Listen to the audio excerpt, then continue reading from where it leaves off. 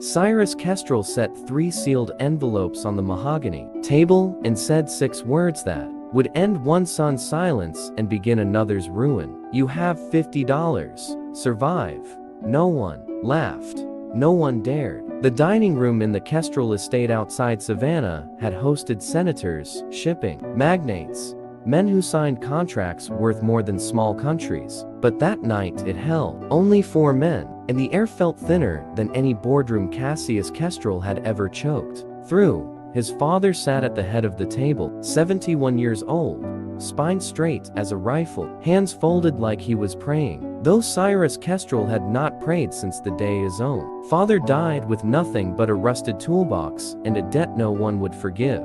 Cassius reached for the envelope first, the way he reached for everything first. Inside was a single $50 bill, worn soft at the corners, and a plain index card that read, 30 days. No accounts, no cards, no company name, no calls to anyone who knows who you are.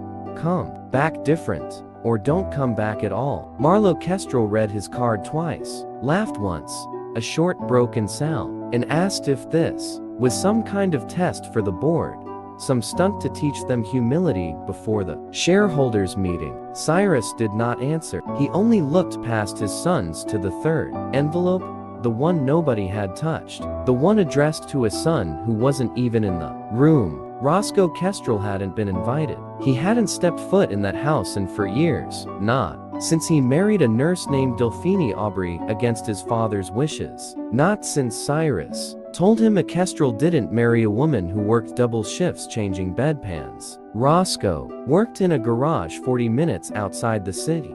Now, hands permanently stained the color of old pennies, living in a rented duplex with bad plumbing, and a wife who loved him anyway. When the envelope arrived by courier 3 days later, Roscoe almost threw it away. Unopened, something in his chest, some old ache he couldn't name, made him tear the seal. Instead, $50, 30 days, come back different, or don't come back at all. He didn't know his brothers had received the same words. He didn't know his father was dying. That last part mattered more than anyone in that family understood. Yet, because 6 months earlier, in a private clinic in Charleston, a cardiologist named Dr. Okonkwo Reyes had told Cyrus Kestrel that his heart was failing in a way surgery couldn't fix, that he had perhaps a year, perhaps less, and that the only thing left to decide was who would carry 70 years of steel, shipping, and silence into whatever came next. Cyrus told no one, not his lawyer, not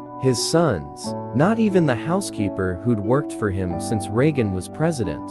He simply began designing a test, the same test, more or less, that had once been forced on him. Because Cyrus Kestrel had not been born into money. He had been born in a mill town in Alabama to a father who drank away Fridays and a mother who died young. And at 19, broke and desperate and 3 days from sleeping in a bus station, a stranger named Junebug Alvarez had handed him $50 on a rain-soaked platform in Birmingham and said, "Nothing but, somebody did this for me once. Pass it forward when you can." Cyrus had built an empire on the back of that $50, and he had never told a living soul where it started. Now, with time running out, he wanted to know if any of his own blood carried that same seed inside them, or if he had raised 3 men who would only ever know how to take. Cassius took first, the way he always did. Within 4 days, he'd convinced a used car salesman in Macon to let him test drive a Cadillac Escalade,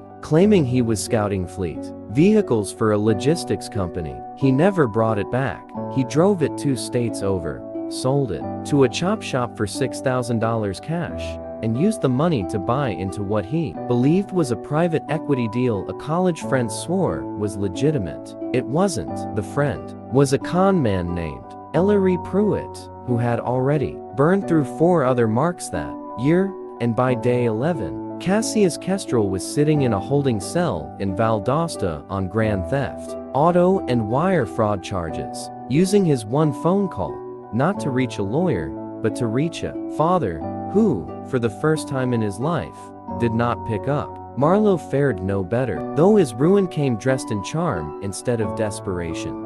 He walked into a card room behind a barbershop in Charleston on day 2, flush with confidence and $50, and by day 9 he owed $11,000 to a man named Delacroix Boone, who did not extend credit out of kindness. Marlowe borrowed from people he shouldn't have, promised money he didn't have, and by the 3rd week, he was sleeping in his car with the doors locked, jumping at every headlight that lingered too long on the street behind him, because Boone's men had already found his apartment once and left a message carved into his dashboard with a box cutter that needed no translation. Roscoe did something neither of his brothers would have understood, and something his father, watching quietly through the private investigator he'd hired to track all 3 sons, without their knowledge, did not expect either. He didn't try to grow the $50. He didn't gamble it, invest it, or leverage it into something bigger. On the 2nd day,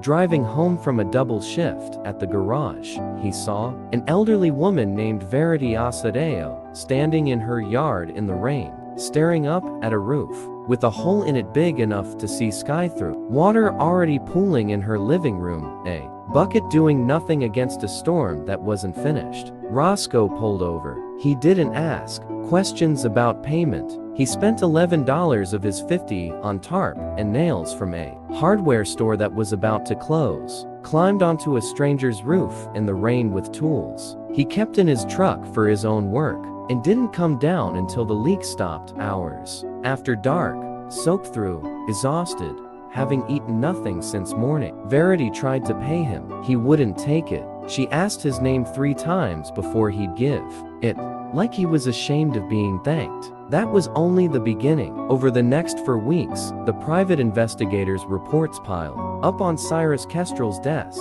like evidence in a trial nobody else knew was happening. Roscoe used the remaining $39 to buy used brake pads for a young single father named Roscoe DuVernay, no relation, an odd coincidence that made Cyrus's throat tighten when he read the name a man who was about to lose the only job he had because his truck wouldn't pass inspection and he had no money to fix it. Roscoe worked on that truck for free after his shifts, some nights until 2 in the morning, sleeping maybe 4 hours before his own job started again. He picked up scrap metal on weekends and sold it for grocery money, not for himself, but for a food pantry near his garage that had run dry 3 weeks early that month.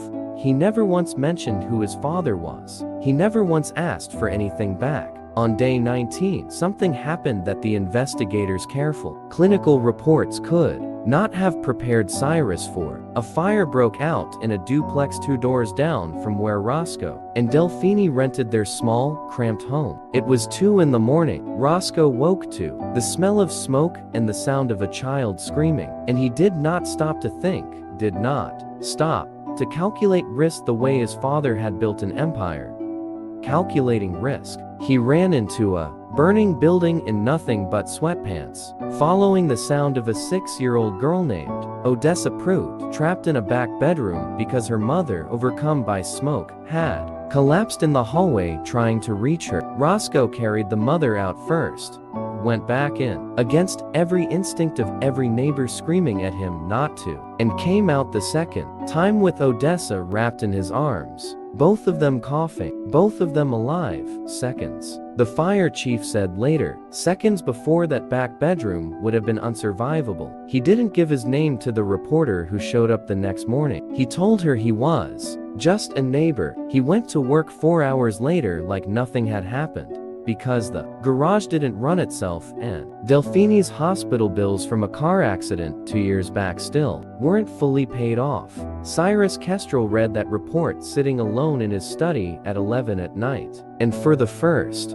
time since his wife's funeral 8 years earlier, the old man wept. On day 30, Cyrus called his lawyer, sharp, careful woman named Bellamy Croft, who had handled Kestrel family matters for 2 decades and had never once seen her client's hands shake the way they shook now. He told her to arrange bail for Cassius, quietly, without the family name attached to the paperwork, and to pay off Marlowe's debt to Delacroix Boone in full, cash, no negotiation, before Boone's patience or Marlowe's luck ran out completely. He told her to say nothing about Roscoe. Not yet. The three sons were summoned back to the estate on the 31st morning, though none of them knew the others had been summoned too. Cassius arrived first, thinner, hollow around the eyes, wearing a suit that no longer fit him right, because he'd lost 12 pounds in a Georgia holding cell. Marlowe arrived next, jumping at the sound of the front gate closing behind him, still glancing over his shoulder out of habit, even though Boone's debt had been quietly erased 2 days earlier, without his knowledge. Roscoe arrived last, in the same work boots he'd worn every day for years, grease still under his fingernails. No amount of scrubbing had ever fully removed. Delphine, waiting nervously in the truck outside, because Cyrus's assistant had specifically asked that Roscoe come alone. Cyrus sat, all three of them in the same dining room where this had started, and for a long moment, he said nothing, studying each of their faces like a man reading ledgers, adding and subtracting things only he could see. Then he told them the truth, all of it. The heart condition, the year may be less, that Dr. Okonkwo Reyes had given him. The stranger on a rain-soaked platform in Birmingham 40 years before any of them were born, who had handed a broke 19-year-old $50 and asked for nothing but a promise to pass it forward someday. He told Cassius gently that he knew about the car, the fraud, the cell in Valdosta, and that he loved him enough to bail him out, but not enough to hand him a company that would collapse under the same hunger that had put him there. He told Marlowe he knew about the $11,000, about Boone, about the message carved into his dashboard, and that the debt was already paid, quietly, because no father should let his son die over a card table, but that a man who gambled away $50 meant for survival could not be trusted with the survival of 4,000 employees and their families. Then he turned to Roscoe. He told him about Verity Asadeo's roof, about Roscoe DuVernay's truck and the job it saved, about the food pantry that stayed open 3 extra weeks because of scrap metal sold on a Sunday afternoon, about a burning duplex, and a 6-year-old girl named Odessa who was alive today because a man with nothing in his pocket but $11 and a set of worn tools ran toward a fire everyone else was running from. Roscoe sat frozen, unable to speak, because he had never told a soul about any of it, had never imagined anyone was watching, had certainly never imagined his father, the man who once said a kestrel didn't marry a nurse, was the one who'd been watching closest of all. Cyrus reached into his jacket and pulled out a single $50 bill, the same worn softness at the corners as the one Junebug Alvarez had handed him on that Birmingham platform 4 decades earlier, because Cyrus had kept that exact bill in a drawer his entire life and spent uncashed. A relic he touched more often than he ever let anyone see. He placed it in Roscoe's grease-stained hand and told him it was time to pass it forward again, this time as the man who would carry the kestrel name into whatever came after a heart that had maybe a year left in it, maybe less. Cyrus Kestrel died 5 months later, in his sleep, in the same house where he'd once told his sons to survive on $50 or not come back at all. Cassius and Marlowe did not contest the will, not because they'd changed entirely overnight. No story that honest ends that clean, but because something in that 30-day test had cracked them both open enough to see for the first time who their youngest brother really was, and what he'd built out of nothing while they built nothing out of everything. Roscoe Kestrel took over the company that same year, and the first thing he did, before touching a single contract or shareholder report, was drive out to a duplex on the edge of town and knock on Verity Asadeo's door to make sure her roof was still holding. It was. She'd invited him in for coffee. He stayed 2 hours, and when he finally left, he wasn't the CEO of a shipping empire in that kitchen. He was just the man who'd climbed onto her roof in the rain, and that, more than anything his father ever built, was the inheritance that mattered most. Because some men measure a legacy in steel, in ships, in numbers on a balance sheet that grow taller every year. But Cyrus Kestrel learned in the last year of his life That the only inheritance worth leaving behind is the kind that shows up on someone else's roof in the rain, asking for nothing and staying until the leak stops. If this story touched your heart that way it touched mine, please hit that subscribe button and join our family here.